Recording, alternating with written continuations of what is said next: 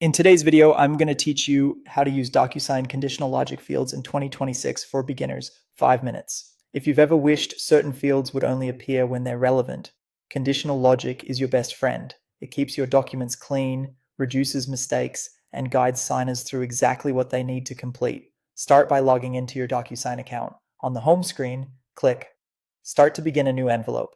Next, upload your document from your desktop or from a connected cloud drive. Give the file a moment to process. Supported formats like PDFs and Common Office documents work best. Before moving on, make sure your form layout is clear so fields are easy to place later. Add your recipients by entering their names and email addresses.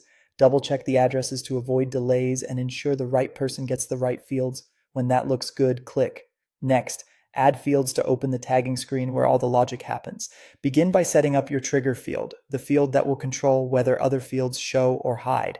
Common triggers are checkboxes, radio buttons, or drop-downs. For example, a yes/no question can reveal extra fields only when the signer selects yes. Place that trigger where it naturally belongs in your document, then add any fields you plan to conditionally show, like text boxes, dates, or additional checkboxes.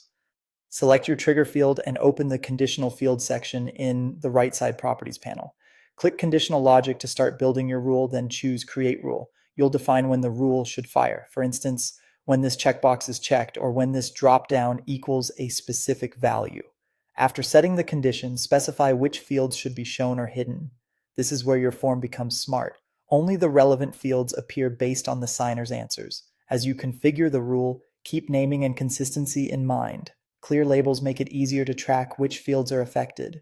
If a conditionally displayed field must be completed, mark it as required so signers can't miss it once it's visible.